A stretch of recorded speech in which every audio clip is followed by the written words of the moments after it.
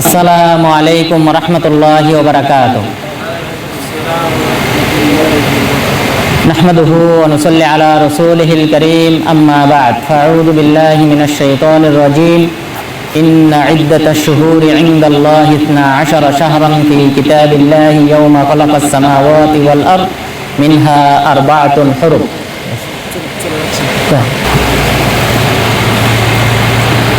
আলহামদুলিল্লাহ। তো আমরা আমাদের শনিবারের যে নিয়মিত দার্স রয়েছে সেই দার্সে উপস্থিত হতে পেরেছি। তো আমরা মহান রব্বুল আলামিনের দরবারে শুকরিয়া জানাই, আলহামদুলিল্লাহ। এরপর দুরুদ ও সালাম বর্ষিত হোক মানবতার মুক্তির দূত মুহাম্মদ সাল্লাল্লাহু আলাইহি ওয়াসাল্লামের উপর। প্রিয় দিনী ভাইরা, আজকে আমরা এমন একটা গুরুত্বপূর্ণ মুহূর্তে অবস্থান করতেছি যেই মুহূর্তে এই বিষয়ের বাহিরে অন্য বিষয় আলোচনা করা উচিত না, আর তা হলো যুলহিজ্জা মাস। যুলহিজ্জা মাসের প্রথম 10 দিনের কিছু করণীয় রয়েছে। সেই করণীয়গুলি অবশ্যই আমাদেরকে আমল করতে হবে এবং কিছু বর্জনীয় রয়েছে, সেই বর্জনীয়গুলি আমাদেরকে বর্জন করতে হবে। তো সেই দৃষ্টিকোণ থেকে ইনশাআল্লাহ যুলহিজ্জা মাসের করণীয় এবং বর্জনীয় সম্পর্কে আলোচনা করব। প্রথমত যুলহিজ্জা মাস হয়তো শুরু হয়ে গেছে, আমি তারিখটা দেখি নাই। আজকে 29 তারিখ, যুলকাদা মাসের 29 তারিখ। চাঁদ কি উঠছে আপনারা দেখছেন? চাঁদ উঠতে এমনি ঘোষণা দেখছেন গ্রুপে চাঁদ উঠছে কিনা? আমার দেখা হয় নাই। তো যাই হোক, চাঁদ যদি উঠে যায় তাহলে তো শুরু হয়ে গেল যুলহিজ্জা মাস। আর চাঁদ আজকে না উঠলে আগামীকাল ইনশাআল্লাহ যুলহিজ্জা মাস শুরু হবে। তো আজকে যুলকাদা মাসের 29 তারিখ শেষ হলো, 30 তারিখ শুরু হবে, অথবা যুলহিজ্জা মাস শুরু হয়ে গেছে। তো এই মুহূর্তে আমাদেরকে এই যুলহিজ্জা মাস সম্পর্কে জানতে হবে। যুলহিজ্জা মাস হলো এমন একটি মাস যেই মাসটি আল্লাহ তাআলার নিকট 4টি সম্মানিত মাসের অন্যতম মাস। যেমন ধরেন, কিছু স্থানের মর্যাদা আল্লাহ তাআলা দিয়েছেন, যেমন বাইতুল্লাহ। এখানে একটা নির্ধারিত একটা সীমা রয়েছে, এই সীমার মধ্যে অন্যায় অশ্লীল কাজ করা হারাম, এবং এই সীমার মধ্যে ভালো কাজ করলে সওয়াবের পরিমাণ বেশি দেওয়া হয়।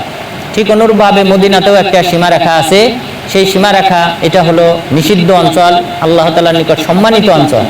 ঠিক অনুরূপভাবে আল্লাহ তাআলা কিছু কিছু সময়েরও সম্মান দান করেছেন, কিছু কিছু সময়কে আল্লাহ তাআলা সম্মানিত করেছেন, এবং সেই সম্মানিত সময়ের অন্যতম হলো 4টি মাস। মহান রব্বুল আলামিন বলেন, ইন্না ইদ্দাতাশ শুহুরি ইনদাল্লাহি 12 শাহরান ফি কিতাবিল্লাহ ইয়াওমা খালাকাস সামাওয়াতি ওয়াল আরদ মিনহা আরবা'তুন হুরুম। যে নিশ্চয়ই আল্লাহ তাআলার নিকট মাসের সংখ্যা হলো 12টি। এই 12টি মাসের মধ্যে 4টি মাস হলো সম্মানিত। যেদিন থেকে আল্লাহ তাআলা আসমান জমিন সৃষ্টি করেছেন সেই দিন থেকেই আল্লাহ তাআলার নিকট মাসের সংখ্যা হলো 12টি, আর এই 12টি মাসের মধ্যে 4টি মাস হলো সম্মানিত। কোন 4টি মাস সম্মানিত সেই বিষয়টা হাদিসে উল্লেখ করা হয়েছে। তাহলে হাদিস হলো কোরআনের ব্যাখ্যা গ্রন্থ, কোরআনের বিপরীত কোনো গ্রন্থ না, বরং হাদিস হলো কোরআনের ব্যাখ্যা গ্রন্থ। সুতরাং কোরআন হাদিস দুটা সমন্বয় আমাদেরকে ঘটাইতে হবে। আমাদের দেশে একটা দল তৈরি হয়েছে, আহলে কোরআন বলে তারা নিজেদেরকে দাবি করে, আরবিতে এদেরকে কোরআনিয়ুন বলা হয়। তো এই যে দলটি, তারা শুধুমাত্র কোরআন মানে, হাদিস মানে না। এটা সম্পূর্ণরূপে কুফরি, কারণ কোরআন এবং হাদিস দুইটা উৎপ্রোতভাবে জড়িত, একটা আরেকটার সম্পূরক, একটা আরেকটার বিপরীত না। তো এই যে 4 মাস কোরআনে বলা হয়েছে 4 মাস সম্মানিত, তো আহলে কোরআনদেরকে আমার প্রশ্ন, ওই 4 মাস কোন 4 মাস?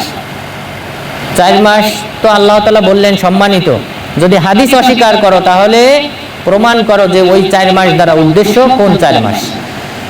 কোরআনে কোথাও উল্লেখ করা হয় না এই 4 মাসের নাম, হাদিসে উল্লেখ করেছেন রাসূল সাল্লাল্লাহু আলাইহি ওয়াসাল্লাম সহিহ বুখারী এবং মুসলিমে।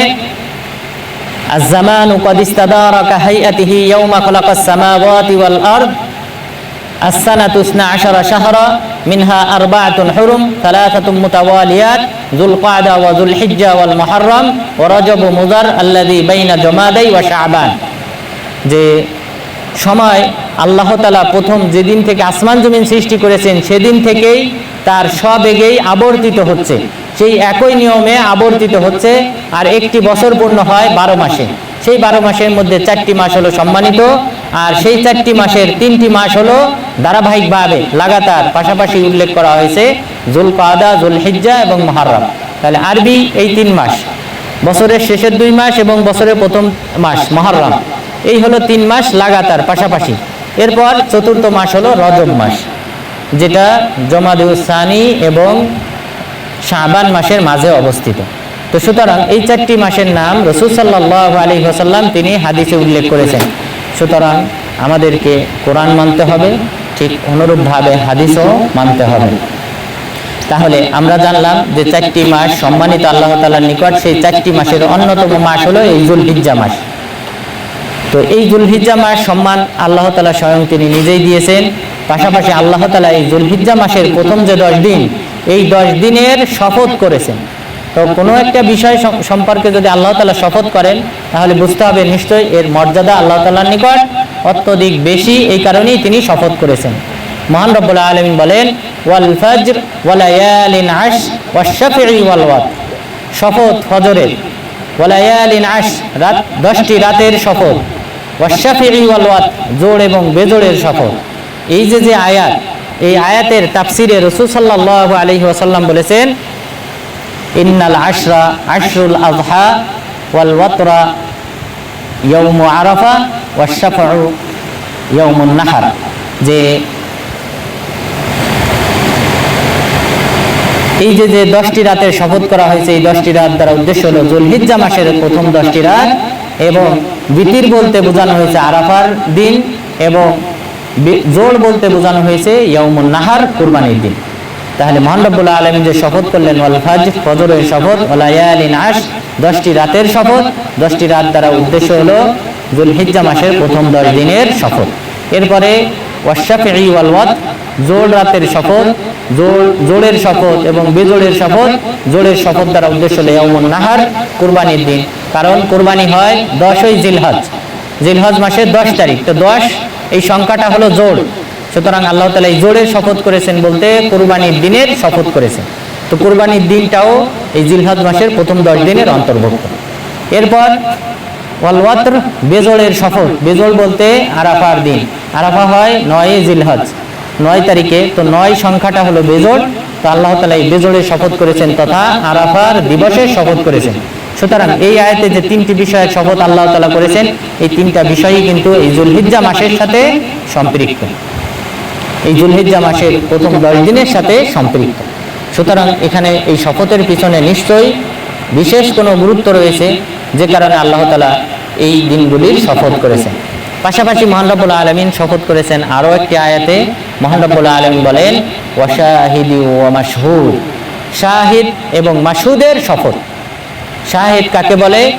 আবু হুরায়রা রাদিয়াল্লাহু আনহু তিনি বলেন, আশ-শাহিদ ইয়াউমুল জুমআ, জুমার দিনকে বলা হয়েছে শাহিদ, অর্থাৎ জুমার দিনের শপথ। ওয়াল মাশহুদ, মাশহুদ দ্বারা উদ্দেশ্য হলো ইয়াউমু আরাফা, আরাফার দিবসের শপথ। তাহলে মহান রব্বুল আলামিন আরাফার দিবসের শপথ করেছেন। তবে এই আয়াতের আরেকটি ব্যাখ্যা সহিহ সনদে আব্দুল্লাহ ইবনে আব্বাস রাদিয়াল্লাহু আনহু থেকে বর্ণিত হয়েছে। তিনি বলেছেন, ওয়াশ-শাহিদ, সাক্ষীদাতার শপথ, এটা দ্বারা উদ্দেশ্য হলো রাসূল সাল্লাল্লাহু আলাইহি ওয়াসাল্লাম। আর ওয়াল মাশহুদ, মাশহুদ দ্বারা উদ্দেশ্য হলো কিয়ামত দিবস। তার মানে কিয়ামত দিবসে রাসূল সাল্লাল্লাহু আলাইহি ওয়াসাল্লাম সকল উম্মতের উপর সাক্ষীদাতা হবেন, এই শপথ। তো এটা আব্দুল্লাহ ইবনে আব্বাস রাদিয়াল্লাহু আনহু তিনি তাফসীর করেছেন। তো সুতরাং এই আয়াতে আমরা জানলাম যে আবু হুরায়রা রাদিয়াল্লাহু আনহু তিনি যে ব্যাখ্যা করেছেন, সেই অনুযায়ী আল্লাহ তাআলা আরাফার দিবসে শপথ করেছেন। এরপর এই যে দিবস রয়েছে, জিলহিজ্জা মাস রয়েছে, এই জিলহিজ্জা মাসের যে প্রথম 10 দিন রয়েছে, বিশেষভাবে এই দিনগুলিতে অন্যায় অশ্লীল কাজ পরিহার করতে হবে, অন্যায় অশ্লীল কাজ বর্জন করতে হবে। কেননা মহান রব্বুল আলামিন বলেন, আল হজ্জু আশহুরুম মা'লুমাত ফামান ফারাদা ফীহিন্নাল হজ্জ ফালা রাফাতা ওয়ালা ফুসুকা ওয়ালা জিদাল ফিল হজ্জ, যে হজ্জের নির্ধারিত মাস রয়েছে। তো হজ্জের মাস কয়টি? 3টি। হজ্জের মাস 3টি, শাওয়াল, যুলকাদা, যুলহিজ্জা। তো আল্লাহ তাআলা বললেন হজ্জের নির্ধারিত মাস রয়েছে, এবং এই মাসের মধ্যে, এই নির্ধারিত মাসের মধ্যে যে ব্যক্তি হজ্জের নিয়ত করবে, ফালা রাফাতা ওয়ালা ফুসুকা ওয়ালা জিদালা ফিল হজ্জ, তাহলে কোনো প্রকার অন্যায় অশ্লীল কথা এবং কাজ এবং বিতর্কে জড়ানো যাবে না। তাহলে মহান রব্বুল আলামিন এই মাসগুলিতে বিশেষ করে যুলহিজ্জা মাসে অন্যায় অশ্লীল কাজ থেকে বিরত থাকতে বলেছেন। সুতরাং অন্যায় অশ্লীল কাজ বর্জন করতে হবে। এছাড়াও মহান রব্বুল আলামিন ওই প্রথম যে আয়াত, যে আয়াতে আল্লাহ তাআলা বললেন মাস, সম্মানিত মাস হলো 4টি, সেই আয়াতে মহান রব্বুল আলামিন বলেছেন ফালা তাযলিমু ফীহিন্না আনফুসাকুম, তোমরা এই দিনগুলিতে এই 4টি মাসে, যুলহিজ্জা মাসে তোমরা অন্যায় অশ্লীল কাজে জুলুমে লিপ্ত হয়ো না। আল্লাহ তাআলা এখানে বলেছেন জুলুমের কথা। জুলুম 3 প্রকার। জুলুম কত প্রকার? 3 প্রকার, মনে রাখবেন। প্রথম প্রকার হলো যুলমুল আবদি লিরাব্বিহি, কোন বান্দা রবের প্রতি জুলুম করবে। রবের প্রতি জুলুম করবে, আল্লাহ তাআলার প্রতি জুলুম করবে বলতে আল্লাহ তাআলার সাথে শিরিক করবে। কেননা আল্লাহ তাআলা আমাদেরকে সৃষ্টি করেছেন, রিজিকের ব্যবস্থাপনা করেছেন, জীবন মরণ নির্ধারণ করেছেন। এরপর আল্লাহকে বাদ দিয়ে যদি অন্য কোনো ব্যক্তির আমরা পূজা করি, অন্য কোনো ব্যক্তির, অন্য কোনো পীরের পায়ে সিজদা করি, এটা আল্লাহ তাআলা কখনোই বরদাস্ত করবেন না। তিনি যেহেতু সৃষ্টিকর্তা, তিনি ইবাদত পাওয়ার যোগ্য। সুতরাং ইবাদত করতে হবে একমাত্র আল্লাহ তাআলার সাথে, আল্লাহ তাআলার সন্তুষ্টির উদ্দেশ্যে ঘনিষ্ঠতার সাথে তারই গোলামি করতে হবে। কোনো মাখলুকের গোলামি করা যাবে না, কোনো পীরের পায়ে সিজদা করা যাবে না, কোনো ওলিকে ওসিলা করে দোয়া করা যাবে না। পাশাপাশি আমাদের দেশের অনেক হাজীগণ না বুঝে তারা রাসূল সাল্লাল্লাহু আলাইহি ওয়াসাল্লামের কবর জিয়ারতের সময় তারা এখানে এসে রাসূল সাল্লাল্লাহু আলাইহি ওয়াসাল্লামকে ওসিলা করে দোয়া করে। এই ওসিলার কারণে রাসূল সাল্লাল্লাহু আলাইহি ওয়াসাল্লাম কাফেরদের বিরুদ্ধে 27টা যুদ্ধ পরিচালনা করেছেন। সেই যুদ্ধের তিনি ছিলেন সেনানায়ক, তিনি সম্মুখ ভাগে থেকে এই যুদ্ধের নেতৃত্ব দিয়েছেন। তিনি রক্তাক্ত হয়েছেন, তার দাঁত ভেঙে গেছে এবং হেলমেট ভেঙে তিনি মাথায় আঘাতপ্রাপ্ত হয়েছেন, তার কপাল ফেটে গেছে, রক্তাক্ত হয়ে মাটিতে পড়ে গিয়েছেন। 2 জন সাহাবী তাকে সেখান থেকে তুলে নিয়ে তাকে রক্ষা করেছেন। এমন পরিস্থিতির সম্মুখীন হয়েছেন শুধুমাত্র মক্কার মুশরিকদের সাথে এই ওসিলাকে কেন্দ্র করে তিনি যুদ্ধ করেছেন। মক্কার মুশরিকরা তারা বলতো লিউকাররিবুনা ইলাল্লাহি যুলফা, আমরা জানি আমাদের এই দেব দেবী এরা ইবাদত পাওয়ার যোগ্য না, তবে কেন ইবাদত করো? তখন তারা বলল লিউকাররিবুনা ইলাল্লাহি যুলফা, এরা হলো আমাদের মাধ্যম, এরা আমাদেরকে আল্লাহ তাআলার নৈকট্য বানিয়ে দিবে। তো তাহলে মক্কার মুশরিকরাও জানতো দেবদেবী ইবাদত পাওয়ার যোগ্য না, ইবাদত পাওয়ার যোগ্য একমাত্র আল্লাহ তাআলা, তাহলে ইবাদত কেন করো? তখন তারা বলল যে এরাই ওসিলা, আমাদের মাধ্যম। তো সেই ওসিলা যদি আপনি রাসূল সাল্লাল্লাহু আলাইহি ওয়াসাল্লামকে করেন, রাসূল সাল্লাল্লাহু আলাইহি ওয়াসাল্লাম একজন মাখলুক, আমাদের মনে রাখতে হবে আল্লাহ তাআলাই হলেন একমাত্র খালেক। খালেকের যে হক মাখলুকের সেই হক না। খালেকের এবং মাখলুকের মাঝে আমাদেরকে ব্যবধান করতে হবে। আল্লাহ তাআলার হকই হলো তাওহীদ, অর্থাৎ একমাত্র তারই ইবাদত করতে হবে, তাকে সৃষ্টিকর্তা হিসেবে মানতে হবে। তার যে বিশেষ নাম রয়েছে, সুন্দর সুন্দর নাম রয়েছে, গুণাবলী রয়েছে, সেইগুলির ক্ষেত্রে তাকে একক বলে জানতে হবে। তাহলে এটাকে বলা হয় এক প্রকার শিরিক, যে আল্লাহ তাআলার হক যদি কোনো ব্যক্তি নষ্ট করে তাহলে সেটাকে শিরিক বলা হয়, এটাকে জুলুম বলা হয়। এই জুলুম সম্পর্কে মহান রব্বুল আলামিন বলেন ইন্নাশ শিরকা লাযুলমুন আযীম, নিশ্চয়ই শিরিক হলো সবচেয়ে বড় জুলুম।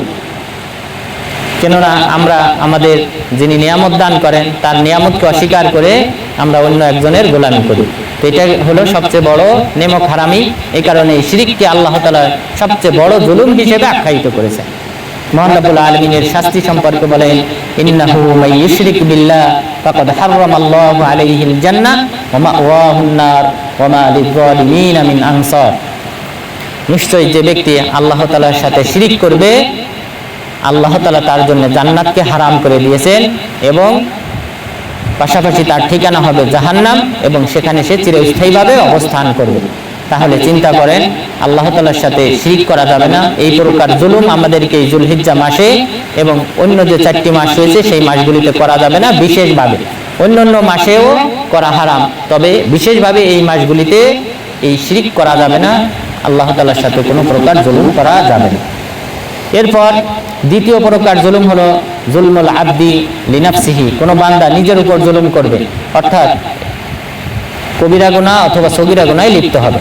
কোনো বান্দা যদি কবিরা অথবা সগীরা গুনাহে লিপ্ত হয় তাহলে সে নিজের উপর জুলুম করলো, এর যে শাস্তি রয়েছে সেই শাস্তিটা সে নিজের উপর অবধারিত করলো।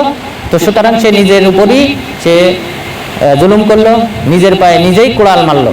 এটাকে বলা হয় দ্বিতীয় প্রকার জুলুম, যে জুলমুল আবদি লিনাফসিহি, কোনো বান্দা সে নিজের উপর জুলুম করবে। তাহলে কবিরা গুনাহ সগীরা গুনাহ থেকে আমাদেরকে এই মাসগুলিতে বিরত থাকতে হবে। এই সম্পর্কে মহান রব্বুল আলামিন বলেন ফামিনহুম যালিমুন লিনাফসিহি ওয়া মিনহুম মুক্তাসিদ ওয়া মিনহুম সাবিকুম বিল খায়রাতি বিইذনিল্লাহ। মহান রব্বুল আলামিন মুসলিমদেরকে তিন ভাগে বিভক্ত করেছেন। মুসলিমরা তিন শ্রেণীতে বিভক্ত। প্রথম শ্রেণীর ব্যক্তি হলো যালিমুন লিনাফসি, যে নিজের উপর জুলুমকারী, অর্থাৎ কবিরা গুনাহে লিপ্ত হয়, সগীরা গুনাহে লিপ্ত হয়, ভালো আমলও করে। তাহলে কবিরা গুনাহকারী যারা, তাদেরকে আল্লাহ তাআলা যালিমুন লিনাফসিহি, নিজের উপর জুলুমকারী হিসেবে আখ্যায়িত করেছেন। দ্বিতীয় শ্রেণীদেরকে আল্লাহ তাআলা বলেছেন মুক্তাসিদ, তারা হলো মধ্যম পন্থা অবলম্বনকারী, অর্থাৎ তারা ফরজ আমলগুলি আদায় করে, ফরজ ইবাদতগুলি আদায় করে এবং পাশাপাশি কবিরা গুনাহ বর্জন করে, কিন্তু সগীরা গুনাহ এগুলিতে লিপ্ত হয়। পাশাপাশি সুন্নত যেগুলি রয়েছে এগুলোর প্রতি তাদের অবহেলা রয়েছে। তাহলে দ্বিতীয় শ্রেণী হিসেবে বলা হয়েছে যারা মধ্যম পন্থা অবলম্বনকারী, যারা অন্যায় কাজেও জড়ায়, অর্থাৎ সগীরা গুনাহ কবিরা গুনাহ বর্জন করে, আবার পাশাপাশি ফরজ ইবাদতগুলি তারা আদায় করে, কিন্তু নফল সুন্নত যেগুলি রয়েছে এগুলির ব্যাপারে তাদের অবহেলা রয়েছে। এরা হলো মধ্যম পন্থা। এরপর 3 নম্বর শ্রেণী মহান রব্বুল আলামিন বলেন ওয়াসাবিকুম বিল খায়রাত, যারা ভালো কাজে অগ্রগামী, ভালো কাজে যারা আগে থাকে, সম্মুখ ভাগে থাকে, এরা হলো তৃতীয় শ্রেণীর ব্যক্তি এবং এরাই হলো শ্রেষ্ঠ ব্যক্তি। তো মহান রব্বুল আলামিন এখানে মুমিনদেরকে 3 ভাগে বিভক্ত করেছেন। তার মধ্যে এক শ্রেণী হলো যারা নিজেদের উপর জুলুমকারী তথা কবিরা গুনাহ এবং সগীরা গুনাহে যারা লিপ্ত, তাদের কথা উল্লেখ করেছেন। সুতরাং এটা হলো দ্বিতীয় প্রকার এবং এই সম্পর্কে অনেকগুলি আয়াত রয়েছে। মহান রব্বুল আলামিন বলেন রব্বানা যালামনা আনফুসানা ওয়া ইল্লাম তাগফির লানা ওয়া তারহামনা লানাকুনান্না মিনাল খাসিরিন। আদম আলাইহিস সালাম পাশাপাশি হাওয়া আলাইহিস সালাম, তারা উভয়ে যখন ওই বৃক্ষর কাছে গেলেন, আল্লাহ তাআলা ওই বৃক্ষের কাছে যেতে নিষেধ করেছিলেন, তারা যখন গেলেন এই অপরাধে জড়ালেন, তখন তারা সবাই স্বীকার করলেন রব্বানা যালামনা আনফুসানা ওয়া ইল্লাম তাগফির লানা ওয়া তারহামনা লানাকুনান্না মিনাল খাসিরিন। হে আমাদের রব, আমরা নিজেদের উপর জুলুম করেছি, সুতরাং তুমি আমাদেরকে ক্ষমা করো। তুমি যদি আমাদেরকে ক্ষমা না করো তাহলে আমরা লানাকুনান্না মিনাল খাসিরিন, ক্ষতিগ্রস্তদের অন্তর্ভুক্ত হব। তাহলে মহান রব্বুল আলামিন এখানে কিন্তু রব্বানা যালামনা শব্দ উল্লেখ করেছেন। আদম আলাইহিস সালাম অপরাধ করার পর তিনি কিন্তু নিজে স্বীকার করেছেন যে আল্লাহ, আমরা অপরাধ করেছি, নিজেদের উপর জুলুম করেছি। তাহলে এই জুলুমটা হলো যে কবিরা গুনাহ অথবা সগীরা গুনাহে লিপ্ত হওয়া। তাহলে আমাদেরকে এই যুলহিজ্জা মাসে কবিরা গুনাহ, সগীরা গুনাহ এগুলিতে জড়িত হওয়া যাবে না। তো তাহলে দ্বিতীয় প্রকার জুলুম সম্পর্কে আমরা জানলাম যে দ্বিতীয় প্রকার জুলুম হলো কোনো বান্দা তার নিজের উপর জুলুম করবে তথা কবিরা এবং সগীরা গুনাহে লিপ্ত হবে। এই জুলুমও এই জিলহিজ্জা মাসে নিষিদ্ধ। এরপর তৃতীয় প্রকার জুলুম, এটা আরো বেশি কঠিন। তৃতীয় প্রকারের জুলুম হলো জুলমুল আবদি লিগাইরিহি, কোনো বান্দা অপর বান্দার উপর জুলুম করবে, অপর বান্দার হক নষ্ট করবে। এই প্রকার জুলুম আল্লাহ তাআলা সাধারণত তিনি ক্ষমা করেন না। এই জুলুমটা যতক্ষণ পর্যন্ত না ওই বান্দার কাছ থেকে ক্ষমা চাওয়া হয় ততক্ষণ পর্যন্ত আল্লাহ তাআলা ক্ষমা করেন না। সুতরাং এই তৃতীয় প্রকার জুলুম অবশ্যই আমাদেরকে বর্জন করতে হবে। এই তৃতীয় প্রকার জুলুম সম্পর্কে রাসূল সাল্লাল্লাহু আলাইহি ওয়াসাল্লাম বলেন, অনেকগুলি আয়াতও রয়েছে এই ব্যাপারে এবং হাদিসও রয়েছে। তো এই সম্পর্কে রাসূল সাল্লাল্লাহু আলাইহি ওয়াসাল্লাম বলেন আতাদরুনা মাল মুফলিস, তোমরা কি জানো মুফলিস কাকে বলা হয়? তো মুফলিস সাধারণত যার অর্থ কড়ি নাই। আপনারা জানেন ফুলুস শব্দটা ব্যবহার হয় টাকা পয়সার ক্ষেত্রে। তো সেই সময় রাসূল সাল্লাল্লাহু আলাইহি ওয়াসাল্লামের যুগে 3 ধরনের মুদ্রার প্রচলন ছিল। একটা হলো দিনার, এটা হলো স্বর্ণ মুদ্রা, দ্বিতীয়টি ছিল দিরহাম রৌপ্য মুদ্রা এবং আরেকটি হলো ফুলুস, এটা ছিল খাদ বিশিষ্ট। তো যদি কোনো ব্যক্তি দরিদ্র এটা প্রমাণ করা হয়, তাকে বোঝানোর জন্য মুফলিস বলা হতো, যে তার কাছে ওই খাদ বিশিষ্ট মুদ্রা আছে। এটা দ্বারা দরিদ্র মানুষকেই বোঝানো হতো। তো রাসূল সাল্লাল্লাহু আলাইহি ওয়াসাল্লাম সাহাবাদেরকে প্রশ্ন করলেন, তোমরা কি জানো মাল মুফলিসকে, নিঃস্ব ব্যক্তিকে? তখন তারা বললেন মাল্লা দিরহামা ওয়ালা মাতা, হে আল্লাহর রাসূল, আমাদের মধ্যে যার কোনো দিনার দিরহাম নেই এবং যার কোনো সম্পদ নেই সেই ব্যক্তি তো নিঃস্ব দরিদ্র।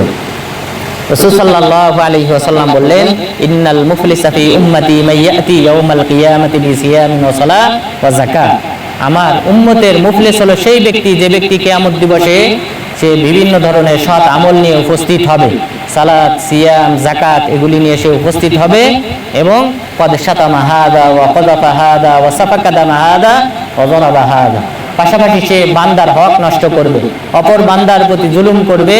কদ শাতামা হাদা, কোনো ব্যক্তিকে সে কখনো গালিগালাজ করেছিল, দুনিয়াতে চলাফেরার সময় সে গালিগালাজ করত, পাশাপাশি মানুষের মান সম্মানের ব্যাপারে সে মিথ্যা অপবাদ দিত, অর্থাৎ ব্যভিচারের মিথ্যা অপবাদ দিত।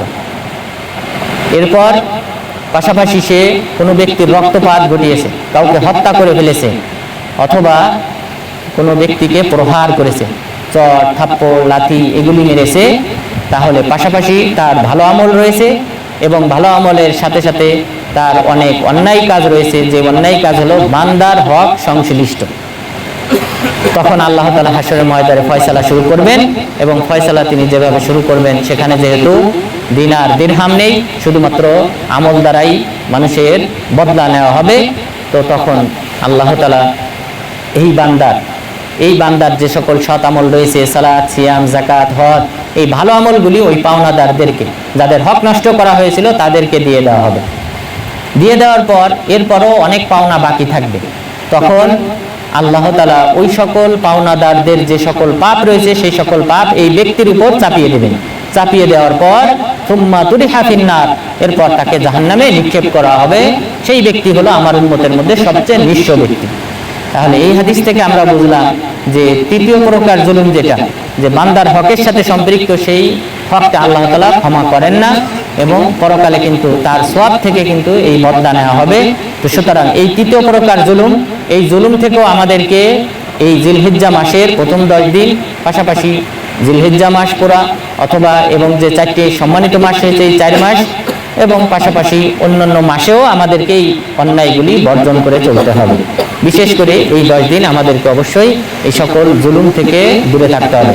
তাহলে এই জিলহিজ্জা মাসে আমাদেরকে এই অন্যায় কাজ, যে 3 প্রকার জুলুমের কথা উল্লেখ করা হলো, জুলমুল আবদি লিরাব্বিহি, কোনো বান্দা তার রবের সাথে জুলুম করবে অর্থাৎ শিরক করা, এই শিরক করা থেকে দূরে থাকতে হবে। এরপর ফাহিশি কাজ, জুলমুল আবদি লিনাফসিহি, বান্দা তার নিজের উপর জুলুম করবে তথা ফাহিশি কাজ এবং কথা বলা থেকে সে বিরত থাকবে, অন্যায়, অশ্লীল, কবিরা গুনাহ, সগীরা গুনাহ এগুলা থেকে বিরত থাকার চেষ্টা করবে এবং পাশাপাশি বান্দার হক নষ্ট করার ব্যাপারে সচেতন হবে। কেননা এই 3 প্রকার জুলুমের ব্যাপারে মহান রব্বুল আলামিন বলেছেন, ফালা তাযলিমু ফীহিন্না আনফুসাকুম, তোমরা এই মাসগুলিতে তোমরা নিজেদের উপর জুলুম করো না, এই জুলুম থেকে তোমরা দূরে থাকবে। এই জুলুম থেকে তাহলে আমাদেরকে এই মাসগুলিতে দূরে থাকতে হবে।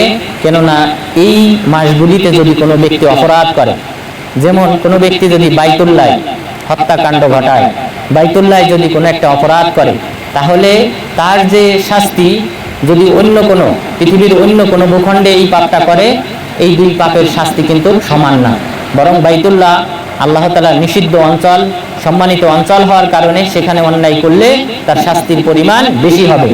ঠিক অনুরূপভাবে এই সম্মানিত মাসগুলিতে যদি কেউ কোনো অপরাধ করে, এই যে জুলুম, 3 প্রকার জুলুমের কথা আমরা উল্লেখ করলাম, এই সকল পাপে যদি কোনো ব্যক্তি জড়ায়, আব্দুল্লাহ ইবনে আব্বাস রাদিয়াল্লাহু আনহু তিনি বলেন এই আয়াতের তাফসিরে, জাআলাল্লাহু যামবা ফীহিন্না আযম ওয়াল আমালা সালিহা বিল আজরি আযম, আল্লাহ তাআলা এই মাসগুলিতে ভালো কাজের সওয়াবের পরিমাণ বৃদ্ধি করে দিয়েছেন, পাশাপাশি অন্যায় অশ্লীল কাজের শাস্তির পরিমাণও বৃদ্ধি করে দিয়েছেন। নাউযুবিল্লাহ। তো সুতরাং আমাদেরকে এই জিলহিজ্জা মাসের যে সম্মান রয়েছে সেটা আমাদেরকে ধরে রাখতে হবে, বজায় রাখতে হবে।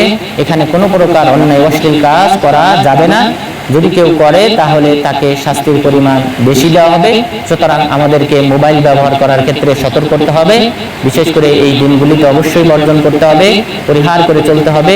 প্রয়োজনের অতিরিক্ত মোবাইল ব্যবহার করা যাবে না এবং অন্যায় অশ্লীল কাজে লিপ্ত হওয়া যাবে না।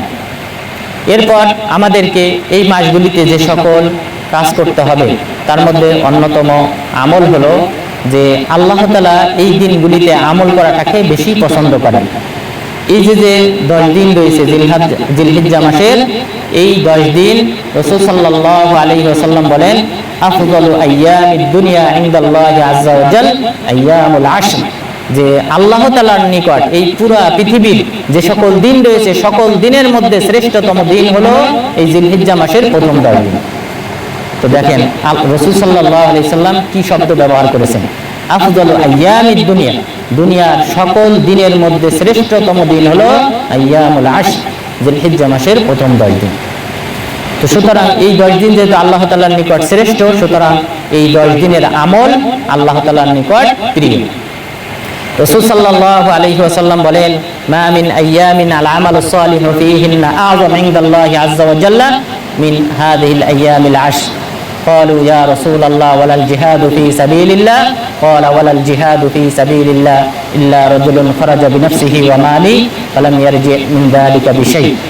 রাসূল সাল্লাল্লাহু আলাইহি ওয়াসাল্লাম বললেন, আল্লাহ তাআলার নিকট সবচেয়ে প্রিয় আমল হলো এই জিলহিজ্জা মাসের প্রথম 10 দিনের। এই 10 দিনের আমল আল্লাহ তাআলার নিকট অন্য সকল আমলের চেয়ে প্রিয়। সাহাবাগণ জিজ্ঞাসা করলেন, আব্দুল্লাহ ইবনে আমর রাদিয়াল্লাহু আনহু বলেন, সাহাবাগণ তখন প্রশ্ন করলেন যে আল্লাহর রাসূল, আল্লাহর রাস্তায় জিহাদ করার চেয়েও কি উত্তম? তিনি বললেন, ওয়ালাল জিহাদু ফি সাবিলিল্লাহ, আল্লাহর রাস্তায় জিহাদ করার চেয়েও উত্তম। তাহলে চিন্তা করেন, আল্লাহর রাস্তায় জিহাদ করার চেয়েও বেশি ফজিলতপূর্ণ হলো এই 10 দিনের আমরা যে সাধারণ আমল করি, 5 ওয়াক্ত সালাত আদায় করা, এরপর সুন্নত সালাতগুলি আদায় করা, আল্লাহ তাআলার জিকির করা, কোরআন তেলাওয়াত করা, এই সাধারণ আমলগুলি হলো আল্লাহ তাআলার নিকট আল্লাহর রাস্তায় জিহাদ করার চেয়ে বেশি উত্তম। এই আমলগুলি যদি আমরা অন্য মাসে করতাম তাহলে কিন্তু এটা জিহাদের চেয়ে উত্তম হতো না। তাহলে জিহাদের চেয়ে বেশি উত্তম। আপনারা জানেন জিহাদ সম্পর্কে বিভিন্ন সময় বিভিন্ন পয়েন্ট আকারে আমরা কিছু কিছু হাদিস বলেছিলাম। রাসূল সাল্লাল্লাহু আলাইহি ওয়াসাল্লাম বলেন, লামাউকিফু সাআতি সাবিলিল্লাহ খায়রুম মিনাদ দুনিয়া ওয়া মা ফিহা, এক মুহূর্ত আল্লাহর রাস্তায় অবস্থান করাটা হলো এই দুনিয়া এবং দুনিয়ার মাঝে যা কিছু রয়েছে এই সকল সম্পদের চেয়ে বেশি মূল্যবান। তাহলে চিন্তা করেন, পুরো পৃথিবীর সকল সম্পদের চেয়ে আমাদের বাংলাদেশ রাষ্ট্র, এই রাষ্ট্রের কাছে যে পরিমাণ স্বর্ণ রয়েছে, এই রাষ্ট্রের যে পরিমাণ জমি রয়েছে, এই জমিগুলি সম্পদের কতটুকু মূল্য, এইভাবে পুরা পৃথিবীর মূল্য কত, এগুলি সবগুলির চেয়েও বেশি মূল্য হলো আল্লাহ তাআলার নিকট আল্লাহর রাস্তায় জিহাদে একটা মুহূর্ত অতিবাহিত করা। এছাড়াও আমরা সেই হাদিসটি বলেছিলাম যে লামাউকিফু সাআতি সাবিলিল্লাহ খায়রুম মিন কিয়ামি লাইলাতিল কদর ইনদাল হাজারিল আসওয়াদ, যে আল্লাহর রাস্তায় এক মুহূর্ত অতিবাহিত করাটা এটা হলো লাইলাতুল কদর বাইতুল্লাহ হাজরে আসওয়াদের কাছে পাওয়ার চেয়েও বেশি মূল্যবান। লাইলাতুল কদর, যে লাইলাতুল কদরে ইবাদত করলে 83 বছর 4 মাসের সমান বেশি সওয়াব আল্লাহ তাআলা দান করেন। আর সেটা যদি হয় বাইতুল্লাহ, তাহলে বাইতুল্লাহ সওয়াবের পরিমাণ হলো 1 লক্ষ গুণ বেশি। তাহলে চিন্তা করেন কি পরিমাণ সওয়াব হবে লাইলাতুল কদর বাইতুল্লাহ পেলে। এরপরেও রাসূল সাল্লাল্লাহু আলাইহি ওয়াসাল্লাম বললেন, আল্লাহর রাস্তায় জিহাদের জন্য এক মুহূর্ত অতিবাহিত করা এর চেয়েও বেশি ফজিলতপূর্ণ। তাহলে এত ফজিলত থাকা সত্ত্বেও আমরা এই জিলহিজ্জা মাসে এই যে 10 দিন যে আমলগুলি করব, সাধারণ আমল, অর্থাৎ ভিন্ন কোনো নতুন কোনো আমল না, বরং স্বাভাবিক আমরা দিনগুলিতে যে সকল আমল করে থাকি, এই আমলগুলি করলে আল্লাহ তাআলা তার রাস্তায় জিহাদের চেয়েও বেশি সওয়াব দান করবেন। সুতরাং অবশ্যই আমাদেরকে এই দিনগুলিকে গুরুত্ব দিতে হবে, অন্য দিনের মতো মনে করা যাবে না। এবং এই দিনগুলিতে আমাদেরকে যে সকল ভালো আমল করতে হবে, যেগুলি কোরআন এবং হাদিসে উল্লেখ হয়েছে, বিশেষ করে 3টি আমলের কথাই উল্লেখ হয়েছে। তার মধ্যে প্রথম যে আমল সেটা হলো বেশি বেশি আল্লাহ তাআলার জিকির করতে হবে। এই দিনগুলিতে বেশি বেশি আল্লাহ তাআলার জিকির করতে হবে। জিকিরের ব্যাপারে অনেকগুলি আয়াত বর্ণিত হয়েছে। মহান রব্বুল আলামিন বলেন, ফাইযা আফাযতুম মিন আরাফাতিন ফাযকুরুল্লাহা ইনদাল মাশআরিল হারাম, যখন তোমরা আরাফার ময়দান থেকে ফিরে আসবে তখন মাশআরুল হারাম তথা মুজদালিফায় তোমরা আল্লাহ তাআলার জিকির করো, আল্লাহ তাআলার কথা বেশি বেশি স্মরণ করো। তো মহান রব্বুল আলামিন এখানে মুজদালিফাতে এসে, অর্থাৎ মুজদালিফাতে যে দিন অবস্থান করতে হয় সেটা হলো 10 তারিখের রাত্রি, অর্থাৎ এটাও জিলহিজ্জা মাসের 10 তারিখের অন্তর্গত। তো এখানে এসে আল্লাহ তাআলা বললেন তোমরা বেশি বেশি জিকির করো। এছাড়াও মহান রব্বুল আলামিন আরো বলেছেন, ওয়াযকুরুল্লাহা ফি আইয়ামিম মা'দুদাত, তোমরা নির্ধারিত দিনগুলিতে আল্লাহ তাআলার কথা বেশি বেশি স্মরণ করো। ফামান তাআজ্জালা ফি ইয়াওমাইনি ফালা ইসমা আলাইহি ওয়া মান তাআখারা ফালা ইসমা আলাইহি লিমান ইত্তাকা। মহান রব্বুল আলামিন এখানে বললেন, যদি কেউ 2 দিন সেখানে অবস্থান করে অর্থাৎ মিনাতে, তাহলে কোনো অপরাধ নেই, এটা তার জন্য পাপ হবে না। যদি এর চেয়ে বেশি অবস্থান করে তাহলেও কোনো সমস্যা নেই। অর্থাৎ এই যে দিনগুলি আইয়াম মাদুদাত, নির্ধারিত কয়েকটা দিন বলতে বোঝানো হয়েছে জিলহিজ্জা মাসের 8 তারিখ থেকে নিয়ে 13 তারিখ পর্যন্ত, আইয়ামে তাশরিক সহ। তাহলে এই 5 দিন, হজ্জের মূল যে 5 দিন, সেই 5 দিনের কথা মহান রব্বুল আলামিন এখানে উল্লেখ করেছেন। তাহলে এটাও কিন্তু এই জিলহিজ্জা মাসেরই অন্তর্গত। তাহলে এই দিনগুলিতে আল্লাহ তাআলা বলেছেন যে ওয়াযকুরুল্লাহ, তোমরা আল্লাহ তাআলার কথা বেশি বেশি স্মরণ করো, আল্লাহ তাআলার জিকির করো। এছাড়াও মহান রব্বুল আলামিন বলেছেন লিয়াশহাদু মানাফিআ লাহুম ওয়া ইয়াযকুরু ইসমাল্লাহি ফি আইয়ামিন মা'লুমাত। ইব্রাহিম আলাইহিস সালামকে বললেন তুমি হজের ঘোষণা দাও। এরপরে পরের আয়াতে আল্লাহ তাআলা বললেন লিয়াশহাদু মানাফিআ লাহুম ওয়া ইয়াযকুরু ইসমাল্লাহি ফি আইয়ামিন মা'লুমাত, যে যেন তারা এই যে হজের ঘোষণা প্রদান করবে, তারা যে আসবে বাইতুল্লাহ এই সকল স্থানে, মিনাতে, মুজদালিফায়, সাফা, মারওয়া এই সকল স্থানে যে তারা অবস্থান করবে, মানাফিআ লাহুম, যেন তারা তাদের উপকার হাসিল করতে পারে, সওয়াব অর্জন করতে পারে। এবং ওয়াযকুরু ইসমাল্লাহি ফি আইয়ামিন মা'লুমাত, এই নির্ধারিত দিনগুলিতে যেন তারা আল্লাহ তাআলার বেশি বেশি কথা স্মরণ করতে পারে, জিকির করতে পারে। এই কারণেই তুমি হজ্জের ঘোষণা প্রদান করো। এই কারণে আয়েশা রাদিয়াল্লাহু আনহা তিনি বলেছেন ইন্নামা জুইলাত তাওয়াফু বিল বাইতি ওয়া বাইনাস সাফা ওয়াল মারওয়া ওয়া রামিউল জিমার লিইকামাতি যিকরিল্লাহ, যে নিশ্চয়ই বান্দাদেরকে যে নির্দেশনা দেওয়া হয়েছে বাইতুল্লাহ তওয়াফ করতে এবং সাফা এবং মারওয়ার মাঝে সাই করতে, এবং পাশাপাশি যে কঙ্কর নিক্ষেপ করার নির্দেশ দেওয়া হয়েছে, সেটা দেওয়া হয়েছে কেবলমাত্র লিইকামাতি যিকরিল্লাহ, আল্লাহ তাআলার জিকিরকে প্রতিষ্ঠা করার জন্য। সুতরাং কোনো একটা ইবাদতে যারা হাজিগণ আছেন, আপনারা হজ করবেন, হজে আপনার সওয়াবের পরিমাণ ব্যবধান বাড়বে, আল্লাহর জিকিরের পরিমাণ আপনার যত বেশি হবে। যে যত এই হজ্জের মধ্যে এই 5 দিনে যে যত বেশি আল্লাহর জিকির করবে, তার তত সওয়াবের পরিমাণ তত বেশি হবে।